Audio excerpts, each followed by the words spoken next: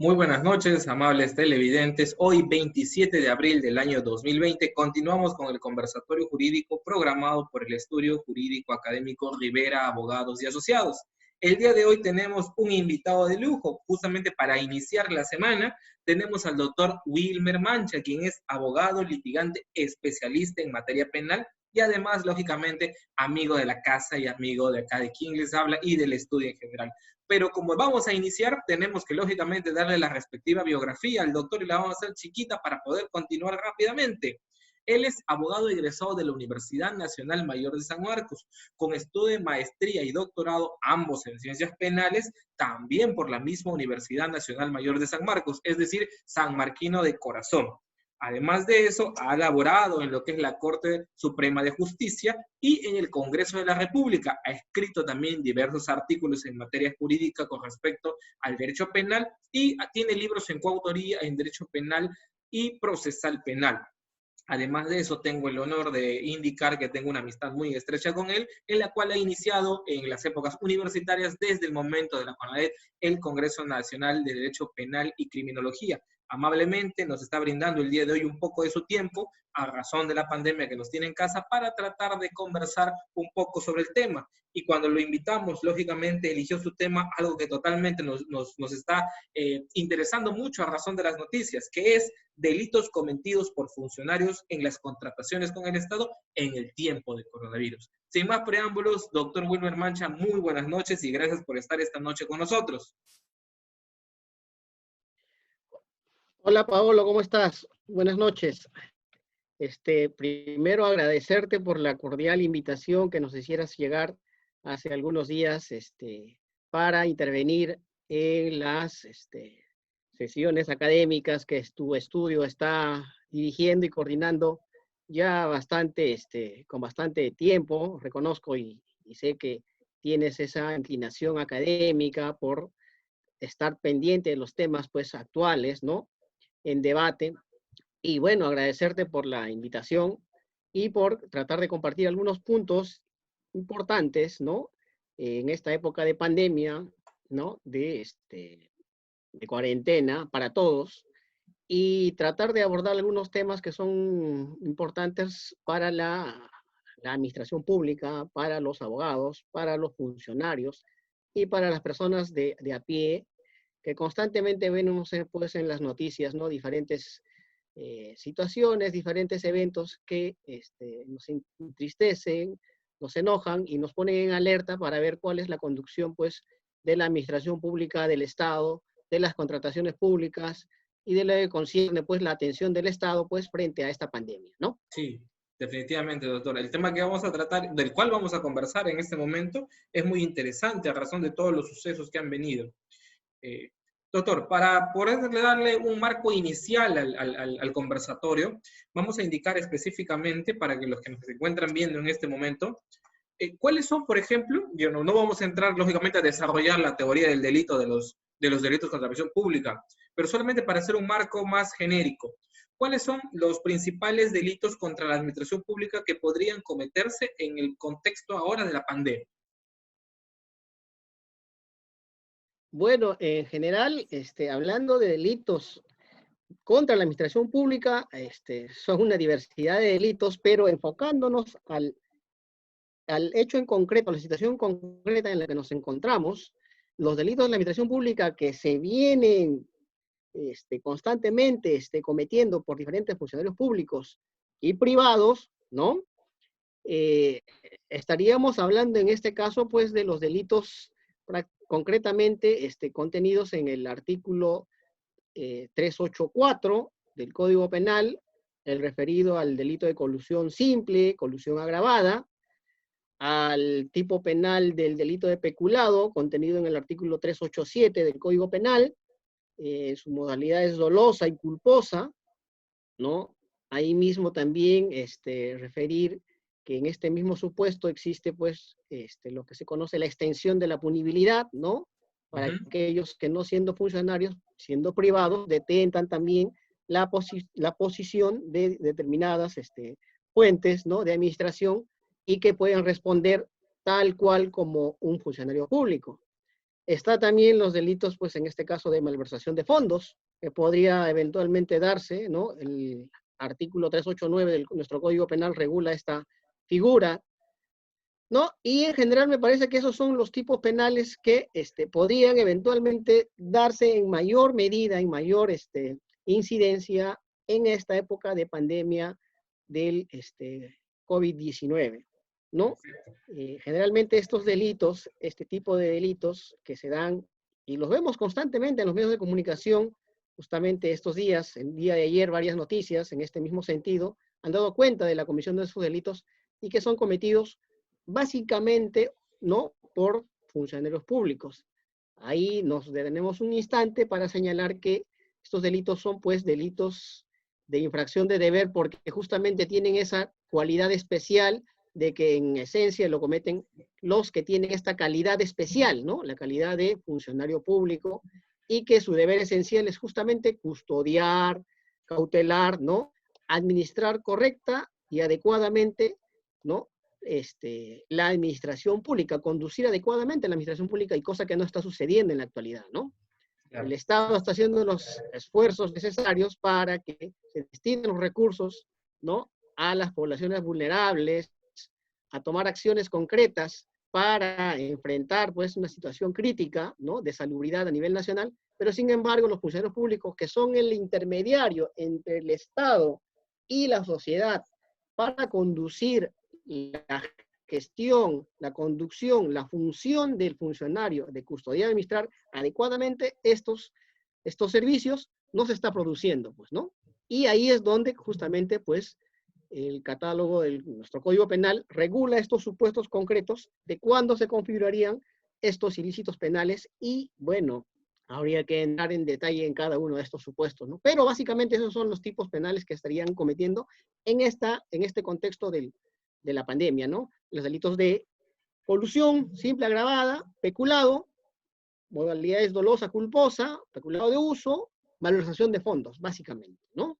Que son los tipos Perfecto. penales contra la administración pública contenidos cometidos en esta época, ¿no?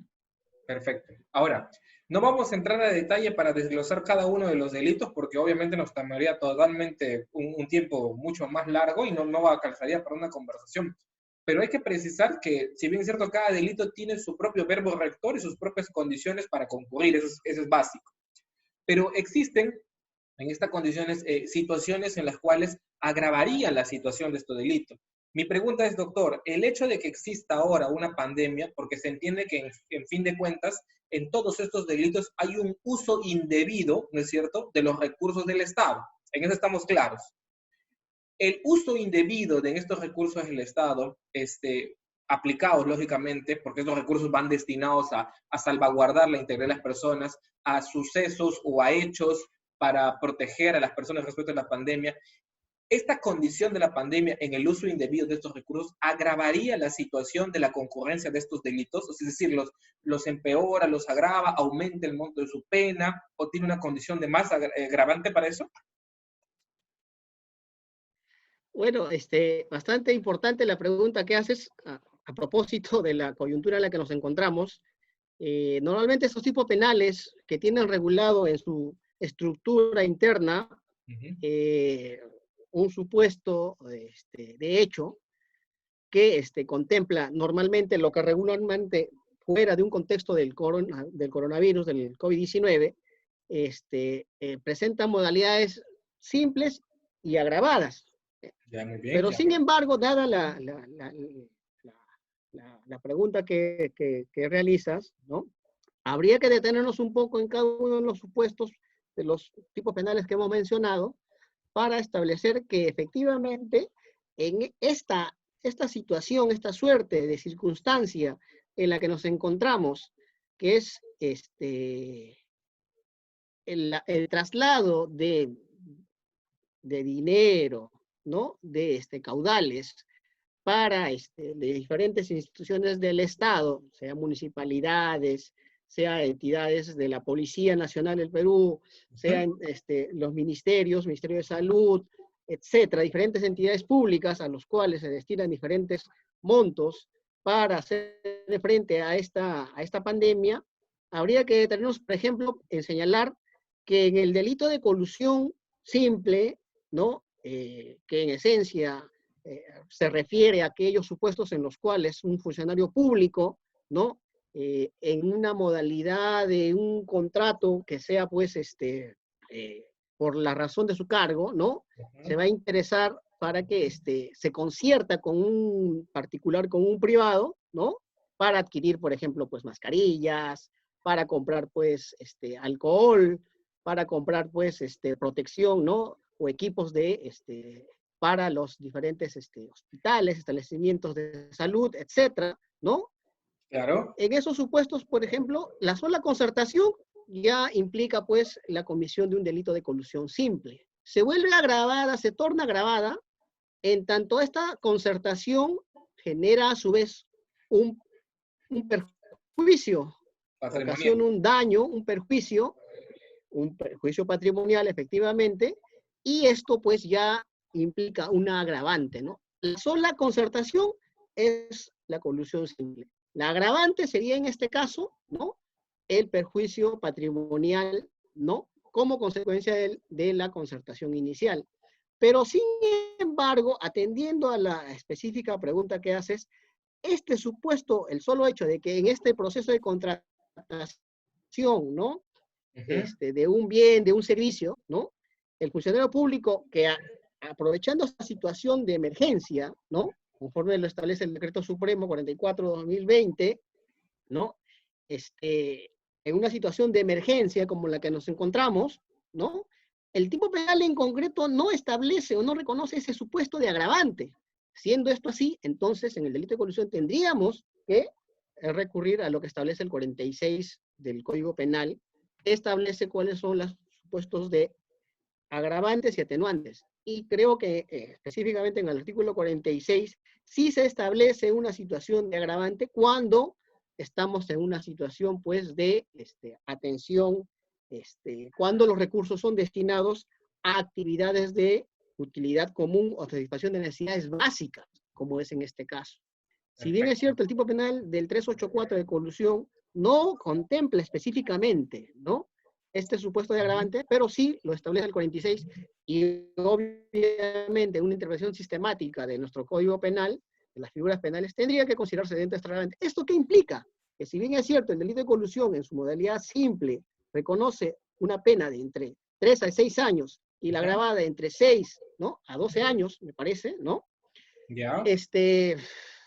En la modalidad agravada por la situación de la emergencia, tendríamos que señalar que el tipo penal tendría que establecerse en su momento cuando se determine la responsabilidad penal, ¿no?, que la pena tiene que estar sujeta conforme a esta agravante al tercio superior de la pena. Se sabe, ¿no?, que el tipo penal para determinar, para individualizar la pena, el quantum de la pena, existe pues los tres límites, ¿no? Tercio inferior, el tercio intermedio y el tercio superior. La agravante por esta situación del coronavirus en el delito de colusión tendría que estar enfocado en este último tercio superior, ¿no? Eso es respecto del delito de colusión simple. Pero en el caso del, por ejemplo, del delito de peculado, el 387 de nuestro Código Penal, ahí cuando el funcionario, ¿no?, que administra, custodia, ¿no?, bienes o patrimonios, ¿no?, caudales que por razón de su cargo, ¿no?, y estos los destina, ¿no?, de manera pues que no sea lo más provechoso, lo más eficiente, ¿no?, y se apropia de estos o utiliza en favor de terceros, ¿no?, si se sabe que en este caso la pena en el delito de peculado es entre 4 y 8 años. Pero ¿qué pasa con el supuesto en el que estamos ante una situación de emergencia, como la que estamos viviendo en estos momentos? Exactamente, ¿no? Estaríamos en un supuesto que sí, el tipo penal del 387 sí lo contempla, cuando refiere que se da la situación agravante, ¿no?, cuando obviamente los bienes, el dinero, los caudales, el patrimonio, estuviese destinado a fines asistenciales o programas de apoyo social o atención de emergencia, como es en este caso, ¿no? Exactamente. ¿No? Entonces, ahí sí, la figura del 387, del peculado, sí contempla una agravante específica y obviamente nos encontraríamos ya no una situación pues normal, sino una situación tan grave Agravada. y la pena es pues de entre 8 a 12 años, ¿no? Obviamente. En este caso sí se contempla esa agravante. En el delito de colusión vimos que en la norma no, pero se puede recurrir a una interpretación sistemática. Lo mismo en el peculado de uso, también existe esa misma agravante en el estado de emergencia. La malversación también, ¿no? El 389 del Código Penal, quien destina pues dinero, un patrimonio distinto a la finalidad con la que estaba concebida inicialmente y le da otra finalidad distinta, ¿no es cierto? Por ejemplo, tienen destinados para atender una necesidad, por ejemplo, el Estado le otorga, le da una partida presupuestal a un municipio, ¿no? Y el municipio, en vez de atender y repartir las canastas, ¿no? A la población más vulnerable, más necesitada, lo destina para comprar, pues, un bien que no es de emergencia, de necesidad, ¿no? Un delito de malversación, obviamente, porque le da Claro. otro destino. Entonces, en esos casos sí también existe esa agravante específica en el delito de malversación y la pena también es pues más superior, ¿no? Es superior, ¿no? Claro, Yo lógicamente se creo que ubicarían sí, todos en entonces el esta tercio situación superior. de emergencia sí contempla, ¿no? La posibilidad de establecer agravantes, ¿no? Perfecto. Ahora, frente a esas agravantes que estamos indicando, nuestro nuevo Congreso reciente que ha sido elegido por el plazo de un año y que les ha agarrado prácticamente esta pandemia, están emitiendo diversos tipos de proyectos de ley para que ser debatidos y en varios de ellos uno, por ejemplo, establece que los delitos contra la administración pública cometidos en estos momentos, a razón del problema que ocasionarían, es decir, el mal uso de los recursos públicos que conllevaría lógicamente a la muerte de varios ciudadanos, sean considerados delitos de lesa humanidad. Otro proyecto es que establecen que estos propios delitos sean considerados, además de eso, usted mismo lo comentaba, lo comentábamos afuera antes de entrar al tema del debate, se aplique cadena perpetua, es decir, se coloque circunstancia agravante a otros. Y otros pues establecen cada uno una propia interpretación. Lo que pasa es que los congresistas de repente no son abogados y lo que quieren hacer es aumentar la gravedad de estos delitos. Entonces, más o menos, ¿qué opinión merece usted desde desde dos puntos de vista? El primero, desde el punto de vista dogmático penal, primero si es factible, si no vulnera otros principios, y el otro más o menos desde el punto de vista personal, con respecto a las circunstancias del intento de cambiar las circunstancias punibles de este tipo de delitos, ¿no es cierto? Bueno, aquí habría que decir dos cosas, ¿no? Paolo, lo primero Ajá. es señalar que efectivamente dentro de la discusión de la doctrina, Ya. hemos estado escuchando atentamente estos últimos días el debate respecto de que si la comisión de los delitos, ¿no? Por funcionarios públicos en esta época de pandemia podrían ser considerados como con un agravante, pues, ¿no? De que sean considerados incluso, pues, delitos de lesa humanidad, ¿no? Sobre este tema, lo que habría que decir es que justamente así nuestros legisladores, pues los que, no sé si los mejores, los más preparados, pero sí los que finalmente pues debaten y discuten estas leyes para la modificación, contemplan este supuesto, esta posibilidad de incorporación como agravante, habría que señalar que así se modifique y se cambie este supuesto, esta Ya. figura no podría ser aplicable al momento actual, a los hechos actuales, materia de estas denuncias que están suscitándose en estos días. Porque son Porque a partir de la conforme, ¿no? modificatoria para adelante, no tiene efecto Así retroactivo. es, porque Claro. conforme al principio de irretroactividad benigna o conforme pues a las normas de los principios del Código Penal, no podemos afectar pues a un supuesto que ya se cometió una norma posterior, ¿no? Entonces las modificaciones que vayan a surgir para adelante tendrán que ser para hechos futuros y no para este hecho en concreto, para los hechos que han citado las diferentes denuncias que hemos visto pues en los diferentes medios de comunicación, como pues la sobrevaluación de diferentes productos por Claro. compra de la Policía Nacional del Perú, Como el la caso que salió último ahora. contratación de diferentes, ¿cómo? Como el caso que salió ahora último, recién, el cual le costó Claro, el lógicamente caso, el puesto a varios funcionarios de la policía. Claro, el Ministerio del Interior está implicado bastante en temas de corrupción, en temas de colusión y peculado por diferentes pues, altos funcionarios de la Policía Nacional del Perú y que incluso pues, estaría siendo cuestionado el tema del ex ministro del Interior y creo que esa fue la razón no viable por la que tuvo que renunciar, ¿no? Porque pues, Claro. es evidente que pues, hay contrataciones a empresas que no dan esos servicios, ¿no? Y que se dedican a otros rubros, como la venta pues, de neumáticos, que es caso curioso, y termina pues contratando con el Estado para venderle pues mascarillas, objetos pues de protección en temas de salubridad que no le corresponden. Entonces, evidentemente ahí se configura pues un supuesto de colusión, ¿no? Y obviamente colusión agravada, ¿no?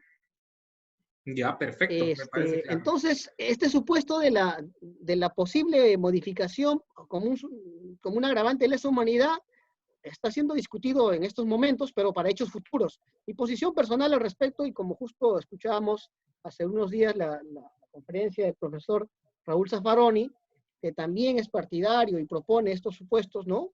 Sobre todo más en la atención a los miles de presos que están detenidos en las cárceles y no se les está atendiendo por esta situación de emergencia, y muchos están siendo contagiados, muchos están siendo dejados prácticamente a su suerte, ¿no?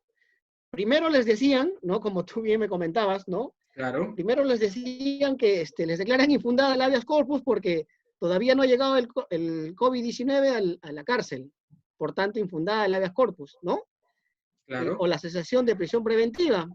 Luego les dicen, bueno, ya efectivamente se ha infectado, hay infecciones, pero estamos haciendo lo posible en el Instituto Nacional Penitenciario para evitar que esto se propague. Y una vez que ahora se ha contagiado, o sea, entonces le están dejando a su suerte. Esos supuestos yo creo que califican en mayor medida para ser considerados como delitos de lesa humanidad. Pero los supuestos de la Comisión de Delitos de Funcionarios Públicos como delito de lesa humanidad, me parece que todavía no tiene la La condición. trascendencia o exactamente, ¿no? Para ser definidos como tales, ¿no?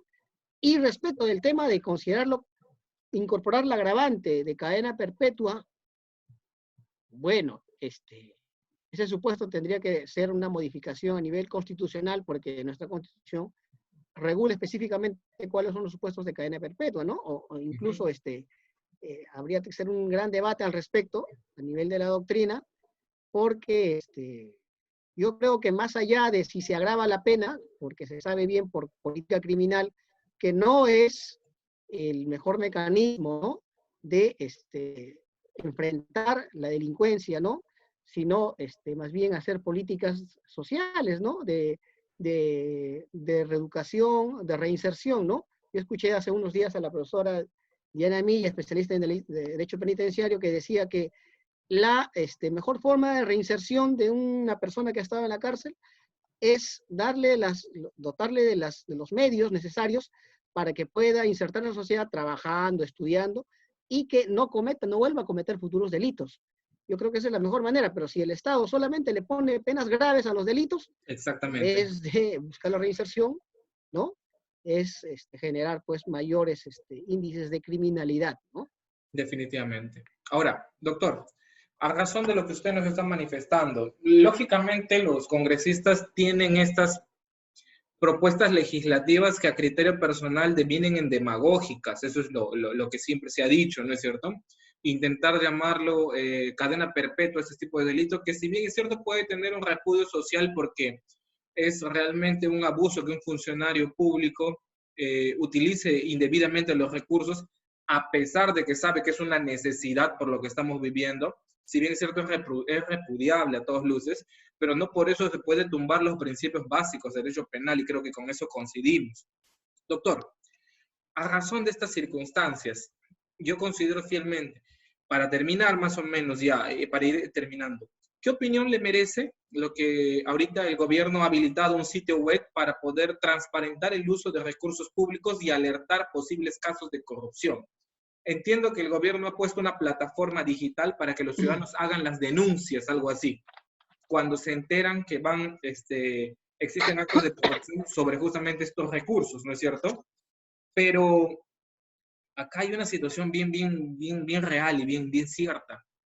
Los ciudadanos estamos dentro de nuestras casas y estamos cuidando nuestras vidas o estamos haciendo actividades cortas, ¿no es cierto? Puntuales. Salimos del hogar, hacemos lo que tenemos que hacer, algunos son la diligencia. Que el gobierno establezca una página web para poder hacer las denuncias, ¿cómo el ciudadano toma conocimiento? Hay una situación que yo te quiero comentar, que lo tuvimos el día de ayer, sacando cálculo con la doctora Victoria Melgarejo. Ella hablaba y nos daba un dato específico, que también lo corroboré luego en línea. Decía que en el INPE en diciembre del año 2019 habían 95.548 internos, hasta el diciembre de 2019.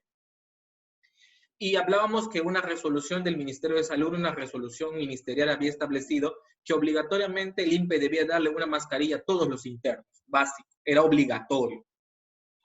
Y ella me hablaba, y lo chequeé y lo busqué en internet, efectivamente había salido un presupuesto para 100.000 mascarillas. Es decir, si a diciembre del 2019 habían 95.548 y había salido un presupuesto para comprarse 100.000 mascarillas, se entendería que todos los internos deben tener mascarillas ahora, ¿no es cierto?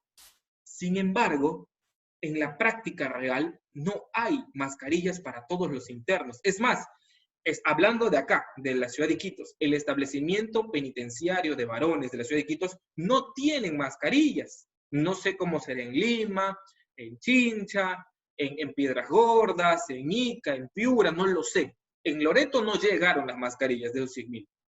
Mi pregunta es, ¿esto acaso no es un acto de corrupción latente, preciso? Tal vez de repente el Instituto Nacional Penitenciario, tal vez de repente habrá indicado, se intentó comprar las 100.000, pero no hubo y se compró solamente una cantidad y el resto del presupuesto está ahí, a la espera de buscar una compra, ¿no es cierto? Mi pregunta va a la siguiente. Aparte de la plataforma digital en estas circunstancias, cuando esta pandemia termine, Dios mediante, porque en algún momento va a tener que terminar, el Ministerio Público va a tener que realizar las acciones de investigación del caso, me imagino, frente a estas circunstancias, ¿no es cierto? Y frente a esto, ¿existiría quizás alguna situación, por así decirlo, justificable para estos funcionarios públicos, de alguna manera para eximirse de la responsabilidad penal que vienen teniendo? ¿Habría alguna eximente o alguna forma, llamémosle, jurídica para que ellos se puedan eximir de la responsabilidad con la cual están cometiendo? Bueno, Paolo, acá yo creo que es importante establecer cuál es la vinculación funcional del funcionario público que está a cargo, pues, ¿no? De la ejecución de una partida presupuestal para, justamente como bien dices, la adquisición de equipos médicos, de mascarillas específicamente, como bien lo señalas. El INPE tendría que establecer quiénes son los funcionarios públicos que han estado a cargo de la contratación directa y de por qué no se habría concretado, no se habría llevado a cabo, cuáles son las condiciones en las que no se habría producido esta adquisición urgente, necesaria, ¿no? Que afecta y pone en peligro y en riesgo latente la vida y la seguridad de los presos, ¿no? Ayer hemos estado viendo, hoy día hemos visto que existe en el penal de Castro un amotinamiento, pues, feroz, ¿no?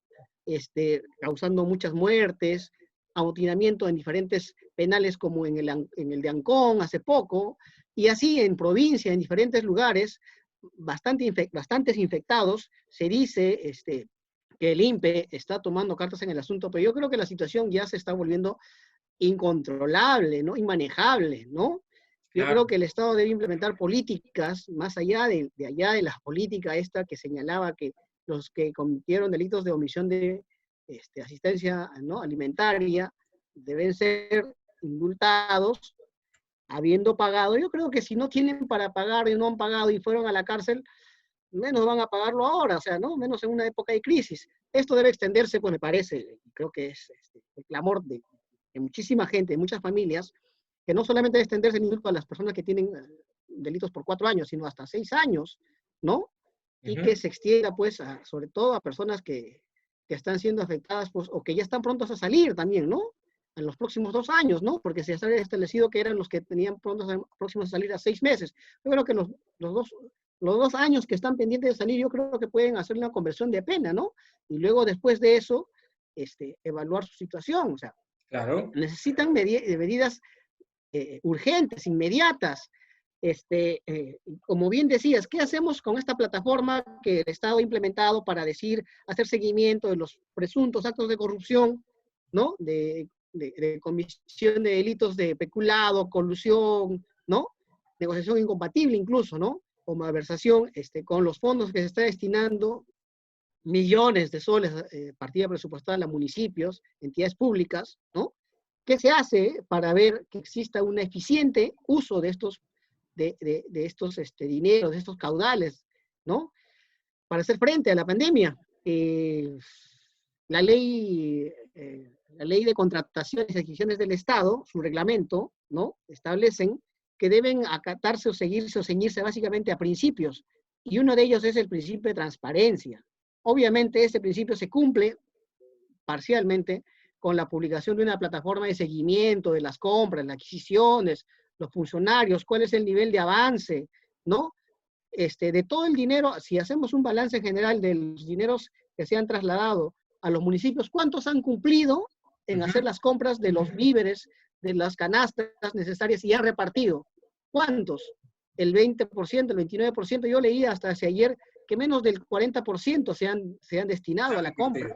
Y el resto, teniendo el dinero ahí, yo creo que también es un temor de muchos funcionarios que desconocen, ¿no? La práctica habitual de las contrataciones estatales directas para disponer de los dineros y hacer uso eficiente. Existe también por ese lado el temor de los funcionarios de no comprometerse porque van a ser denunciados. Pero si se ciñen a la misma ley, aparte del principio de transparencia, existen otros principios como el principio del trato justo, igualitario en las contrataciones, de la libre competencia, ¿no? De la imparcialidad, de la objetividad, principios que deben tomarse en cuenta al momento de realizar las contrataciones, ¿no? El principio de razonabilidad, cuando un bien es más ventajoso que otro, cuando un bien es menos costoso que otro, cuando un bien tiene más posibilidades de dar mayores satisfacciones a las poblaciones que otros, ¿no? Y yo creo que, como decía el profesor Francesco Carneluti, ¿no? A veces más importante que las buenas leyes son las buenas personas, ¿no? Las buenas personas que administran correctamente, ¿no? Una ley puede tener muchas interpretaciones, pero lo más importante es ver, pues, cuál es, ¿no?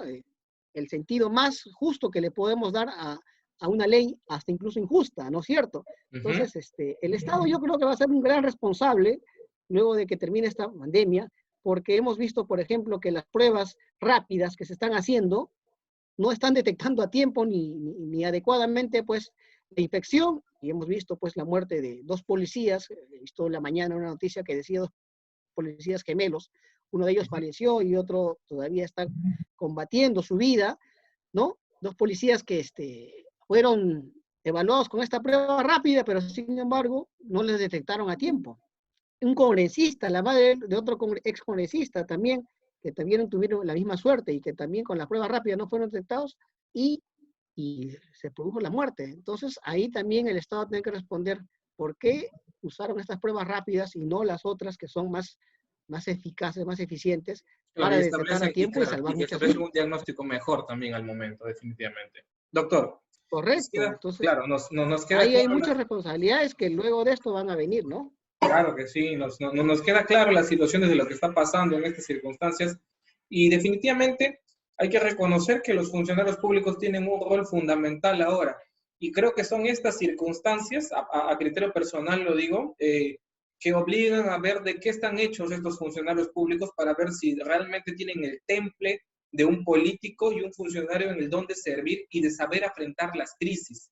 Porque fácil es sentarse en una circunstancia o en un sillón municipal, regional, y hacer política o hacer gestión, pero en estas circunstancias son justamente los momentos en donde se va a ver si conocen realmente y pueden trabajar eficientemente para el bien de la población.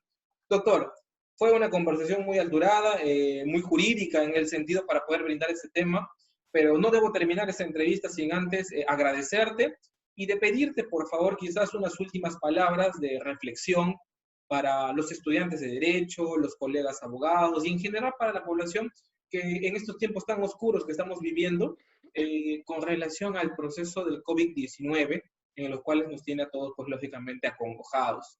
Es necesario indicarte que quisiera que les brindes algunas situaciones de una opinión o qué podríamos hacer nosotros como abogados, que no somos los profesionales de la primera línea, para tratar de mitigar o ayudar de alguna manera en estas circunstancias en lo que está pasando.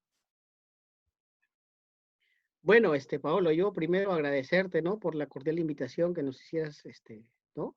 A intervenir en este conversatorio, en este debate, en este intercambio de ideas, ¿no? Sobre estos temas que son tan importantes. Y justamente yo creo que mi reflexión o mi recomendación es justamente esto, ¿no? Estamos en una situación de emergencia crítica para el país, para nuestras familias, para cada uno de nosotros. Y lo que Claro. creo que como personas responsables, ¿no? Es acatar pues las disposiciones que se están dando en esta materia y estando en esta situación, lo que tenemos que hacer es también prepararnos constantemente, ¿no? Reflexionar, aprovechar el tiempo para revisar y atender temas que quizás, como bien dices, ¿no? Y te felicito por esa iniciativa que tienes de tocar diferentes temas en todos los conversatorios que estás desarrollando esta semana y la semana pasada, ¿no? Y justamente creo que nuestro deber es ese, ¿no? Estar actualizados, informados, ¿no? Informarnos y capacitarnos constantemente, nosotros, las Claro. personas, los abogados, ¿no? Y aprovechar el tiempo, ¿no? Para poder luego hacer frente a las necesidades que nuestra profesión, nuestro país lo van a requerir. La administración pública, ¿no? Es un ente abstracto que requiere, pues, justamente el concurso de los profesionales más capaces. Y en esa capacidad lo que se busca es generar la mayor eficiencia, ¿no? La mayor eficiencia en gasto, la mayor eficiencia en calidad, la mayor eficiencia, pues, en administrar, pues, los recursos del Estado para atender las necesidades más urgentes, más básicas, en todo momento, y más aún en esta época, pues, de emergencia, de crisis, ¿no? Entonces, yo creo que ese es nuestro compromiso, nuestra necesidad de tener que enarbolar necesidad de capacitarnos, informarnos y estar pendiente de las cosas que pues afectan a nuestro país, a nuestra sociedad. Después de esta pandemia, yo creo que el país y las personas en general vamos a tener que experimentar grandes cambios, ¿no? Y ahí está nuestra responsabilidad, ¿no? Paolo, sin más, agradecerte nuevamente por la cordial invitación. Eres un amigo de hace muchos años, ¿no? Efectivamente nos conocimos en eventos académicos y de verdad te felicito que continúes con esa iniciativa, con esa inquietud académica. Saludos a tu padre, a tu hermano. Conozco allá en Iquitos que las oportunidades en las que he ido por diferentes motivos, siempre una cordial atención de tu parte, de calidad humana extraordinaria, un profesional de mucho nivel, ¿no? Y que yo reconozco y le doy el reconocimiento necesario de todo esto, ¿no? Muchas gracias por la invitación a tu estudio, que está dirigiendo esto, al Estudio Jurídico Académico Rivera, ¿no? Abogados, y bueno, a todos los que nos han acompañado también en esta pequeña disertación, en este pequeño conversatorio, y llamarlos a que sigamos reflexionando, ¿no? Muchas gracias. No, al contrario, a usted, doctor, muchísimas gracias por darse un poco de su tiempo y gracias también a todas las personas que se encuentran mirando el día de hoy este video. Doctor, no quiero terminar sin, a pesar de haberle agradecido, indicarle que este proceso de pandemia esperemos que pase pronto o en el tiempo que pase y las puertas del estudio y de la ciudad de Iquitos para usted siempre estarán abiertas. Gracias por la amistad y la consideración que tenemos siempre y nos mantenemos firmes en este tema. La actividad académica, la actividad jurídica va a seguir. Vamos a seguir con el norte tratando de brindar un pequeño granito de arena, al igual que lo hacen muchos estudios, y esperemos que esta plataforma sirva de ejemplo para otros abogados y también iniciemos, porque el mundo del Internet es inmenso y el tema académico es inmenso, es imposible poder abarcar todo en una sola persona y lo que tenemos que hacer ahora es que esto sirva de ejemplo para seguir multiplicando este tema. Doctor, muchísimas gracias, que tenga buenas noches y estamos seguros Gracias que en a la ti, próxima edición Pablo, muchos saludos. estamos ahí. Gracias. Gracias a usted, doctor. Y para ustedes también, muchísimas gracias. Esto llegó gracias a LP Pasión por el Derecho, Colegio de Abogados de la ciudad de Ica y Círculo de Estudios Lumen Méndez, quienes nos otorgan su aval académico. Nos vemos mañana para una nueva entrevista conforme el cronograma que ya se ha publicado. Doctor, hasta luego. Gracias. Gracias, hasta luego.